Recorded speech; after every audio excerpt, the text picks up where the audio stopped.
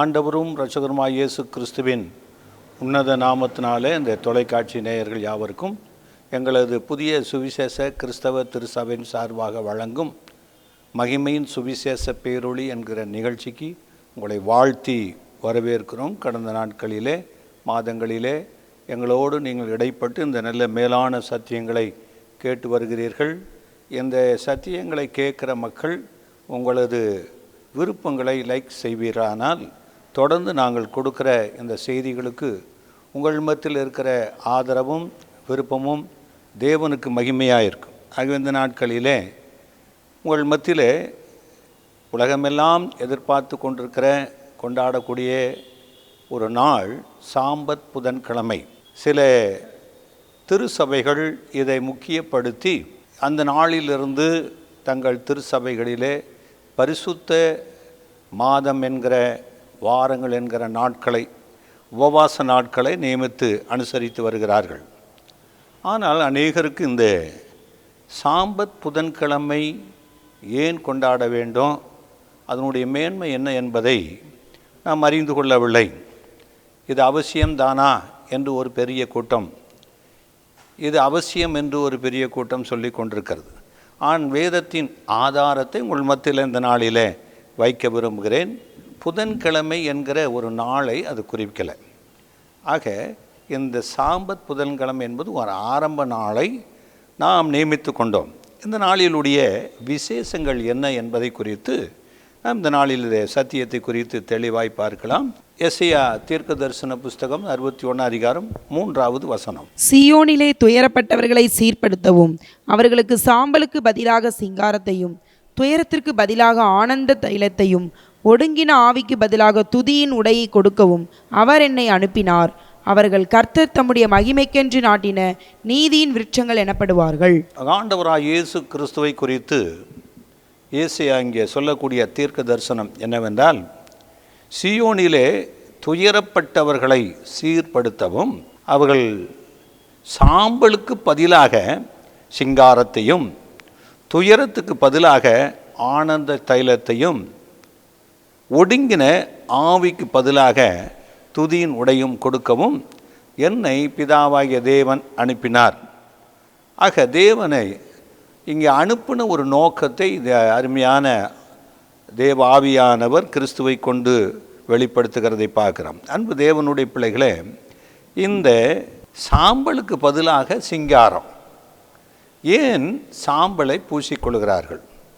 இந்த சாம்பல் விசேஷித்தமான ஒரு மேன்மை என்ன என்று பார்க்கும்போது, அநேக ராஜாக்களும் தேவனுடைய பிள்ளைகளும் இந்த சாம்பலை பூசிக்கொண்டு துயரத்தை வெளிப்படுத்தினதை பார்க்கிறோம். 2 ராஜாக்கள் 19 அதிகாரம் 1வது 2வது வசனங்களை வாசிக்கலாம். ராஜாவாகிய எசேக்கியா அதை கேட்டபொழுது தன் வஸ்திரங்களை கிழித்து ரட்டு உடுத்தி கொண்டு கர்த்தருடைய ஆலயத்தில் பிரவேசித்து அரண்மனை விசாரிப்புக்காரனாகிய எலியாக்கியமையும் சம்பிரதாகிய செப்னாவையும் ஆசாரியர்களின் மூப்பரையும் ஆமோத்சின் குமாரனாகிய ஏசாயா என்னும் தீர்க்கதரிசியினிடத்திற்கு ரட்டு உடுத்தி கொண்டவர்களாக அனுப்பினான். ஆக ராஜாவாகிய எசேக்கியா எதை கேட்டு இவ்விதமாய் தன் வஸ்திரங்களை கிழித்து கொண்டு ரட்டை உடுத்தி கொண்டு தாம்பளையாரி போய்கொண்டு அவன் தேவ ஆலயத்துக்கு போகிறான் என்றால், எசேக்கியா காலத்தில் சிரியா தேசத்தின் ராஜாவாகிய பெனாதத் தன்னுடைய படைத்தலைவனாகிய சனிகரிப்பை எருசலேமை முற்றுகை போடும்படியாக அவன் அனுப்பியிருக்கிறான். ஆக முத்திரை போடப்பட்ட காலங்களிலே அவன் மதில் மேல் நின்று எபிரேய பாஷையிலே அவன் பேசுகிற காரியம் என்ன?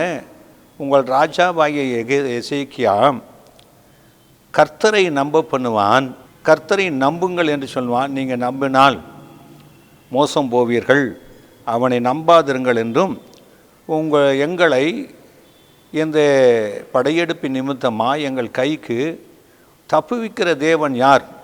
உங்கள் தேவன் எங்கள் கைக்கு அவர் தப்புவிக்க கூடுமா என்று தேவனுடைய நாமத்தை நிந்தித்து எசேக்கியேல் ராஜா குரோதமாய் அங்கே பேசுவதை அங்கே கேட்டு இந்த எசேக்கியா தன் வஸ்திரங்களை கிழித்து கொண்டு ரட்டுடுத்தி கொண்டு கர்த்தருடைய ஆலயத்தில் பிரவேசித்து அவன் தன்னுடைய பணிவிடைக்காரனை ஏசாயா தீர்க்கதரிசியின் இடத்தில் அனுப்புகிறான். 4வது 5வது 6வது வசனங்கள்.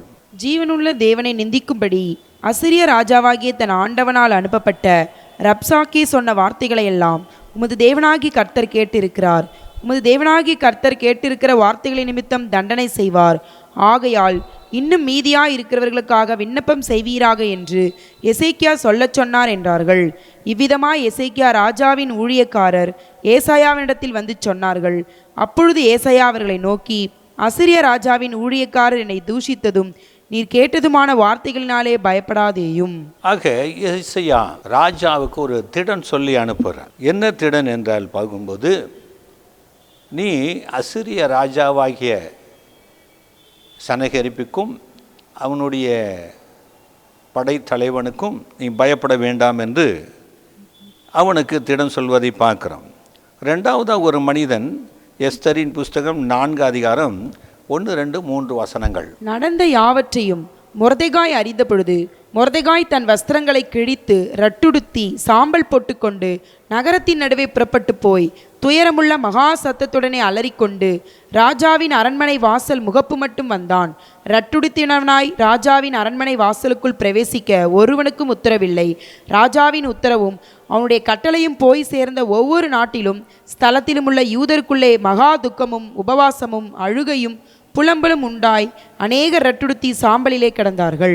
ஆக இந்த மொர்தெகாய் தன் வஸ்திரத்தை கிழித்து கொண்டு ரட்டு உடுத்தினவனாக சாம்பலில் போட்டுக்கொண்டு அங்கே சூசான் அரண்மனைக்கு முன்பதாக வந்து அழுவதின் நோக்கம் என்னவென்றால், அங்கே ராஜாவின் பிரதிநிதியாக இருக்கிற ஆமான் இந்த இஸ்ரவேல் ஜனங்களை யூதர்களையும் ஒரே நேரத்தில் பூர் என்கிற மாதத்தில் அழிப்பதற்கு ராஜாவினால் கட்டளை விட்டு முத்திரையிடப்பட்டிருக்கிறது. இதை கேட்ட மொர்தெகாய் இவன் யூதனாய் இருக்கிறபடியினாலே தானும் தன்னுடைய ஜனங்களும் அழிவது எப்படி பார்ப்பேன் என்று எண்ணிக்கொண்டு ராஜ அரண்மனைக்கு முன்பதாக வந்து தன் வஸ்திரங்களை கிழித்து ரட்டு உடுத்தி கொண்டு சாம்பலை போட்டுக்கொண்டு உட்கார்ந்து தன்னுடைய துக்கத்தை வெளிப்படுத்துகிறதை பார்க்குறோம். ஆக நடந்த காரியம் என்ன? இவனுடைய சிறுமையை பார்த்து ராஜாத்தியாய் இருக்கிற எஸ்தர் அவனை தன்னுடைய தேசம் முழுவதும் 3 நாள் உபவாசம் பண்ணும்படி கட்டளையிட்டு விட்டு ராஜாவினிடத்தில் அவள் அழைக்கப்படாத போது பிரவேசித்து நிற்கிறாள். ராஜா கட்டளையானது அங்கே மாற்றப்படுகிறது. எந்த நாளிலே, இந்த பூர் என்கிற நாளிலே எந்த யூத ஜனங்களை அழிக்க வேண்டும் என்று ஆமான் சொல்லியிருந்தானோ அந்த நாளிலே அமலேக்கரியாகிய ஒரு சேனையும் இந்த ஆமானும் தூக்கிலிடப்பட்டு அழிக்கப்படுகிறார்கள். ஆகவே இந்த மொர்தெகாய் தன்னுடைய வஸ்திரத்தை கிழித்து கொண்டு ரட்டு உடுத்தி கொண்டு சாம்பலில் போய் உட்கார்ந்து உபவாசம் பண்ணி ஜெபிக்கிறதை நாம் பார்க்குறோம். மூன்றாவதாக தானியேலை பார்க்குறோம். தானியேல் 9 அதிகாரம் 2, 3, 4, 5 வசனங்கள். தானியேலாகிய நான் எருசலேமில் பாழ்கடிப்புகள் நிறைவேறி தீருமளவும் 70 வருஷம் செல்லும் என்று கர்த்தர் எரேமியா தீர்க்கதரிசியோடே சொல்லிய வருஷங்களின் தொகையை புஸ்தகங்களால் அறிந்து கொண்டேன். நான் உபவாசம் பண்ணி ரட்டிலும் சாம்பலிலும் உட்கார்ந்து தேவனாகிய ஆண்டவரை ஜபத்தினாலும் விண்ணப்பங்களினாலும் தேட என் முகத்தை அவருக்கு நேராக என் தேவனாகி கர்த்தரை நோக்கி ஜபம் பண்ணி பாவ அறிக்கை செய்து, ஆண்டவரே, உம்மில் அன்பு கூர்ந்து உம்முடைய கற்பனைகளை கைக்கொள்ளுகிறவர்களுக்கு உடன்படிக்கையும் கிருபையும் காக்கிற மகத்துவமும் பயங்கரமுமான தேவனே, நாங்கள் பாவம் செய்து அக்கிரமக்காரராய் இருந்து துன்மார்க்கமாய் நடந்து கலகம் பண்ணி உம்முடைய கற்பனைகளையும் உம்முடைய நியாயங்களையும் விட்டு அகன்று போனோம். இங்கே தானியேல் நேபுகாத்நேச்சராலே யூத ஜனங்கள் சிறைப்பிடிக்கப்பட்டு பாபிலோனு கொண்டு போகப்பட்டார்கள். அதில் கொண்டு போகப்பட்ட தானியேல் எரேமியா தீர்க்கதரிசி சொன்னபடியே 70 ஆண்டுகள் நிறைவேறின பின்பு நான் மீண்டும் என் ஜனங்களை என் தேசத்துக்கு கொண்டு வருவேன் என்று அந்த தீர்க்க தரிசன வார்த்தைகளை விசுவாசித்து அந்த நாளை குறித்து இவன் தன்னுடைய ஜனங்களுக்காக தன்னுடைய தேசத்துக்காக அவன் உபவாசம் பண்ணி ரட்டு உடுத்தி சாம்பலில் உட்கார்ந்து தேவனுடைய சமூகத்தை நோக்கி வேண்டுதல் செய்கிறான். பாவ அறிக்கை செய்து வேண்டுதல் செய்கிறான். கர்த்தர் அந்த வேண்டுதலை கேட்டார். நான்காவதான ஒரு காரியம் யோபின் புஸ்தகம் 42 அதிகாரம் 6வது வசனம். ஆகையால் நான் என்னை அருவருத்து தூளிலும் சாம்பலிலும் இருந்து மனஸ்தாபப்படுகிறேன் என்றான். ஆக யோபு தேவனோடு பேசுவதற்கு முன்பதாக அவன் பேசின வார்த்தைகளை குறித்து அவன் தூளிலும் சாம்பலிலும் உட்கார்ந்து மனஸ்தாபப்படுகிறேன் என்று அவன் சொல்கிறான். ஆக இங்கே இந்த தேவ மனுஷர்களெல்லாம் பார்க்கும்போது ரட்டு உடுத்தப்பட்டவர்களாக, வஸ்திரத்தை கிழித்து கொண்டவர்களாக, சாம்பலில் உட்கார்ந்து விண்ணப்பம் பண்ணக்கூடியவர்களாக நாம் பார்க்குறோம். ஆக இஸ்ரவேல் ஜனங்களிலே இந்த உபவாசம் பண்ணும்போது தேவனிடத்தில் இரக்கத்தை பெறுவதற்காக சாம்பலியில் உட்கார்ந்து தேவனை நோக்கி விண்ணப்பம் பண்ணுவதை நாம் பார்க்குறோம். ஏன் போய் சாம்பலியில் உட்கார்ந்துருக்கிறாங்க?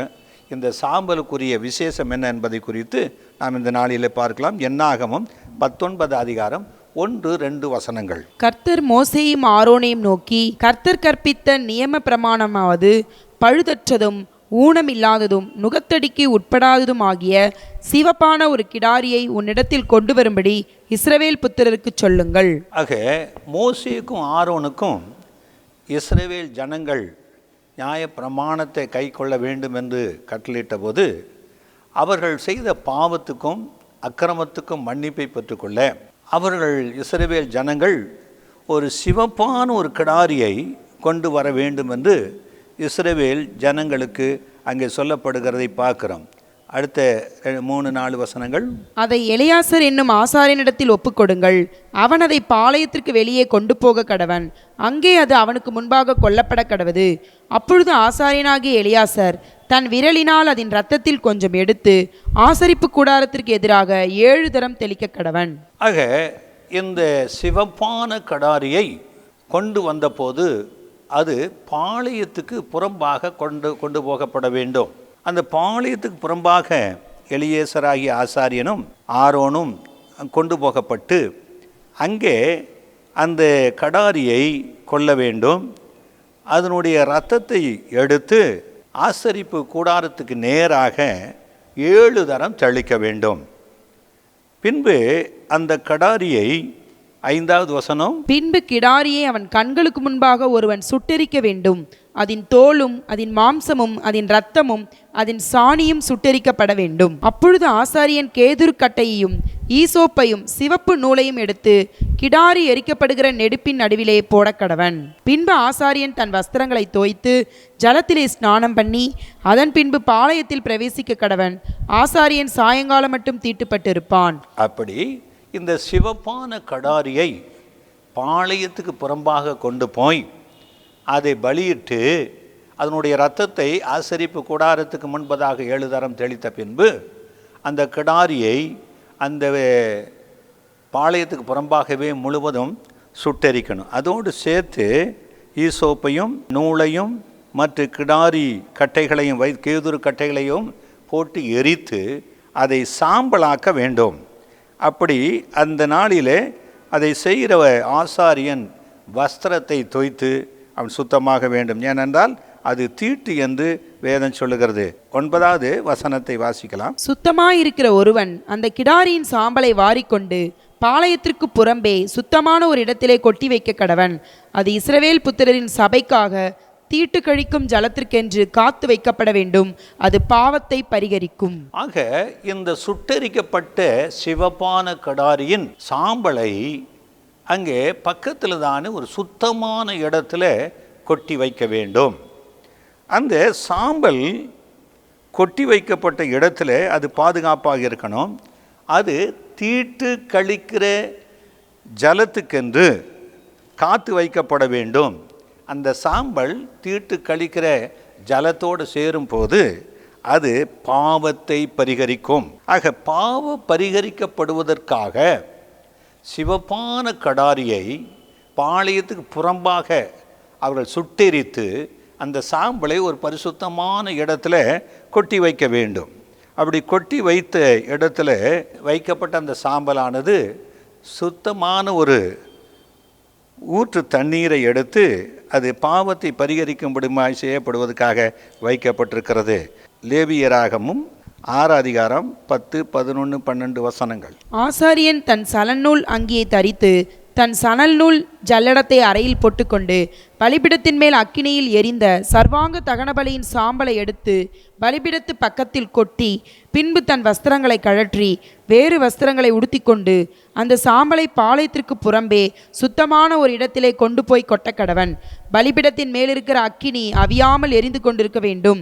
ஆசாரியன் காலைதோறும் அதன் மேல் எரியும்படி கட்டைகளை போட்டு அதன் மேல் சர்வாங்க தகனபலியை வரிசையாக வைத்து அதன் மேல் சமாதான பலிகளின் கொழுப்பை போட்டு தகனிக்க கடவன். ஆக ஆசரிப்பு கூடாரத்திலே கொண்டு வருகிற பாவ நிவாரண பலியையும் குற்ற நிவாரண பலிகளையும் அவன் பலி செலுத்தி அந்த இரத்தத்தை தெளித்த பின்பு அதனுடைய தோல் மற்றும் கொழுப்புகள் மற்றவற்றை தகனித்த பின்பு அந்த கடாரியை சுட்டெரிக்க வேண்டும். அதனுடைய சாம்பலை எடுத்து ஆசரிப்பு கூடாரத்தில் ஒரு ஓரத்தில் வைத்து விட்டு, ஆக ஒரு நல்ல நேரம் வரும்போது அந்த சாம்பலை சிவப்பான கிடாரியை கொல்லப்பட்டிருக்கிற எரிக்கப்பட்டிருக்கிற சாம்பலை கொட்டி வைக்கிற இடத்துல இந்த சாம்பலை கொண்டு போய் கொட்டி வைக்க வேண்டும். ஆக இந்த சாம்பல் கொட்டப்படும் போது அந்த சாம்பல் பாவத்தை பரிகரிப்பதற்காக தேவன் ஆயத்தம் பண்ணி வைத்திருக்கிறார். ஆக இந்த சாம்பல் பாவத்தை பரிகரிக்கிற. ரெண்டாவது ஊற்று ஜலம். ஆக இந்த சாம்பல் ஊற்று ஜலத்தில் போடும்போது அது தீட்டு கழிக்கிற ஜலம் என்று சொல்லப்பட்டிருக்குது. என்னாகும் 19 17 வசனம். ஆகையால் தீட்டுப்பட்டவனுக்காக பாவத்தை பரிகரிக்கும் கிடாரியின் சாம்பலிலே கொஞ்சம் எடுத்து ஒரு பாத்திரத்தில் போட்டு அதன் மேல் ஊற்று ஜலம் வார்க்க வேண்டும். ஆக இந்த கிடாரியின் சாம்பலை ஒரு பாத்திரத்தில் ஊற்று ஜலத்தை எடுத்து இந்த சாம்பலை போட்டு அந்த ஜலத்தை தீட்டுப்பட்டவன் மேலே, பாவம் செய்தவன் மேலே, அக்கிரமம் செய்தவன் மேலே தெளிக்கும் போது அது அவனுக்கு பரிகாரமாயிருந்து பாவ மன்னிப்பை கொடுக்கிறது. அதில் 20, 22 வசனங்கள். தீட்டுப்பட்டு இருக்கிறவன் தன்னை சுத்திகரித்து கொள்ளாதிருந்தால் அவன் சபையில் இராதபடிக்கு அறுப்புண்டு போவான். அவன் கர்த்தரின் பரிசுத்த ஸ்தலத்தை தீட்டுப்படுத்தினான். தீட்டு கழிக்கும் ஜலம் அவன் மேல் தெளிக்கப்படாததினால் அவன் தீட்டுப்பட்டிருக்கிறான். தீட்டு கழிக்கும் ஜலத்தை தெளிக்கிறவனும் தன் வஸ்திரங்களை தோய்க்க கடவன். தீட்டு கழிக்கும் ஜலத்தை தொட்டவனும் சாயங்காலம் மட்டும் தீட்டுப்பட்டிருப்பான். தீட்டுப்பட்டிருக்கிறவன் தொடுகிறவைகள் எல்லாம் தீட்டுப்படும். அவைகளை தொடுகிறவனும் சாயங்காலம் மட்டும் தீட்டுப்பட்டிருப்பான். இது உங்களுக்கு நித்திய கட்டளையாயிருக்கும் என்றார். ஆக இந்த கட்டளைகளை ஒரு சிலர் கைப்படைப்பதாக நினைத்து கொள்கிறார்கள். ஆக இந்த காலத்தில் திரு நீர் என்கிற ஒரு வார்த்தையை சில பக்திமான்கள் பயன்படுத்துவதை பார்க்குறோம். இந்த திருநீர் எங்கிருந்து கிடைக்கிறது என்றால் வேதம் சொல்லுகிற அடிப்படையில் கிடாரியை, சிவப்பான கிடாரியை பலி செலுத்தி அல்லது பாவ நிவாரண பலி, குற்ற நிவாரண பலி ஆசரிப்பு கூடாரத்தில் பலியை செலுத்தி சுட்டரிக்கப்பட்ட சாம்பலில் சுத்தமான இடத்துல கொட்டப்பட்டிருக்கிற போது அந்த சாம்பலை எடுத்து ஊற்று தண்ணீர், ஒருவேளை கிணத்துல ஊறலாம் அல்லது மலையிலிருந்து ஊறி வரலாம், சுத்தமான ஜலத்தில் போட்டு அந்த தண்ணீர் மூலமாய் கலக்கி தெளிப்பது தான் திருநீர். இந்த திருநீரை இன்றைக்கு ஏதோ பல வடிவத்தில் இன்றைக்கு பூசிக்கொள்வதாக எண்ணிக்கொள்கிறார்கள். ஆனால் எப்படி அது உண்டாக்கப்பட வேண்டும் என்று சர்வத்தையும் படைத்த இறைவன் இங்கே கட்டளையிட்டிருக்கிறார். இங்கே தீட்டுப்பட்டவன் மேலே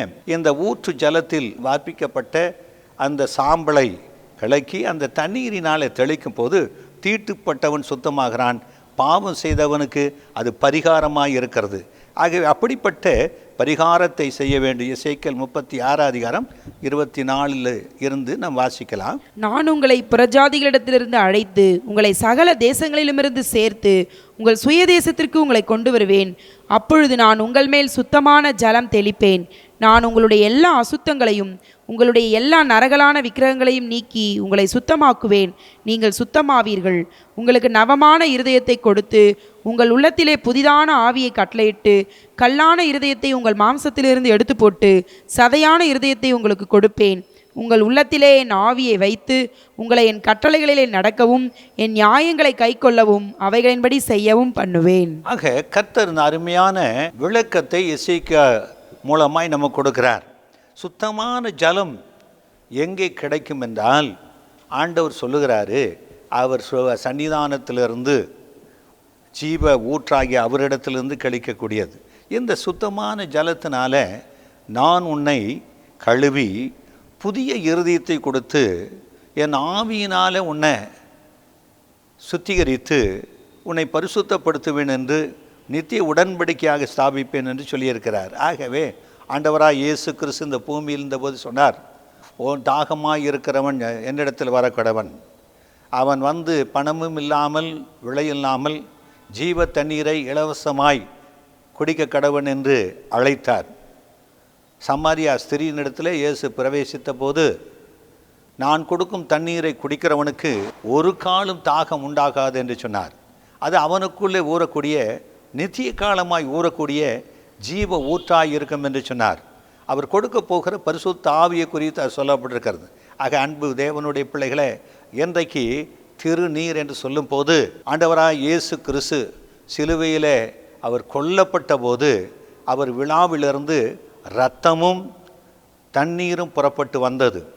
இந்த தண்ணீர் ஆண்டவராய் இயேசு கிறிஸ்து கொடுக்கக்கூடிய பரிசுத்த ஆவியின் அபிஷேகத்துக்கு அடையாளமாக இருக்கிறது. ஆக சுத்தமான ஜலம் இன்றைக்கு இந்த பூமியில் அல்ல, பரலோகத்திலிருந்து இறங்கி வந்த ஆண்டவராய் இயேசு கிறிஸ்து ஜீவ தண்ணீராக இருக்கிறவர் தன்னுடைய விழாவிலிருந்து கொடுத்த அந்த தண்ணீரானது இன்றைக்கு சுத்த ஜலம் என்று சொல்லப்பட்டிருக்கிறது. அன்பு தேவனுடைய பிள்ளைகளே, ஆக இன்றைக்கு அந்த சுத்தமான ஜலத்தின் இடத்திற்கு, ரத்தம் தெளிக்கப்படுகிற இடத்திற்கு நம்ம வந்து சேரும் போது நாம் புதிய இருதயத்தை, புதிய ஆத்துமாவை, புதிய ரட்சிப்புடையவர்களாக மாற்றுகிறோம். அடுத்த காரியம் எபிரேயர் 9:11-12 வசனத்திலிருந்து வாசிக்கலாம். கிறிஸ்துவானவர் வரப்போகிற நன்மைகளுக்குரிய பிரதான ஆசாரியராய் வெளிப்பட்டு கையினால் செய்யப்பட்டதாகிய இந்த சிருஷ்டி சம்பந்தமான கூடாரத்தின் வழியாக அல்ல, பெரிதும் உத்தமமான கூடாரத்தின் வழியாகவும் வெள்ளாட்டுக்கடா, இளம் காளை இவைகளுடைய இரத்தத்தினாலே அல்ல, தம்முடைய சொந்த இரத்தத்தினாலும் ஒரே தரம் மகா பரிசுத்த ஸ்தலத்திலே பிரவேசித்து நித்திய மீட்பை உண்டு பண்ணினார். அது எப்படி எனில், காளை, வெள்ளாட்டுக்கடா இவைகளின் இரத்தமும் தீட்டுப்பட்டவர்கள் மேல் தெளிக்கப்பட்ட கடாரியின் சாம்பலும் சரீர சுத்தி உண்டாகும்படி பரிசுத்தப்படுத்துமானால், நித்திய ஆவியினாலே தம்மைத்தாமே பழுதற்ற பலியாக தேவனுக்கு ஒப்பு கொடுத்த கிறிஸ்துவினுடைய இரத்தம் ஜீவனுள்ள தேவனுக்கு ஊழியம் செய்வதற்கு உங்கள் மனசாட்சியை செத்த கிரியைகள சுத்திகரிப்பது எவ்வளவு நிச்சயம். ஆக 3 காரியங்களை நாம் பார்க்குறோம். முதலாவது சாம்பல், கிடாரியின் அல்லது பாவ நிவாரண குற்ற நிவாரண பலியாக செலுத்தப்பட்ட பலிகளினுடைய சாம்பல் புறம்பாக, பாளையத்துக்கு புறம்பாக கொட்டப்பட்ட போது சுத்தமான இடத்தில் இருக்கிற வரக்கூடிய அந்த சாம்பல். ரெண்டாவதாக ஊற்று தண்ணீர் என்று பார்த்தோம். ஊற்று தண்ணீர் ஆக ஆண்டவராய் இயேசு கிறிஸ்துவிலிருந்து வரக்கூடிய ஒரு உன்னதமான அபிஷேகத்தை குறிக்கிறது. மூன்றாவது, இதை அநேகர் ரட்டு உடுத்தி சாம்பலிலே உட்கார்ந்தார்கள் என்று சொல்லப்பட்டிருக்குது. ரட்டு என்று சொல்லும்போது ஆசாரியன் இந்த சாம்பலை அள்ளி கொண்டு போகும்போது சணல் நூல் தரித்த வஸ்திரத்தை அவன் போட்டுக்கொண்டு போக வேண்டும்.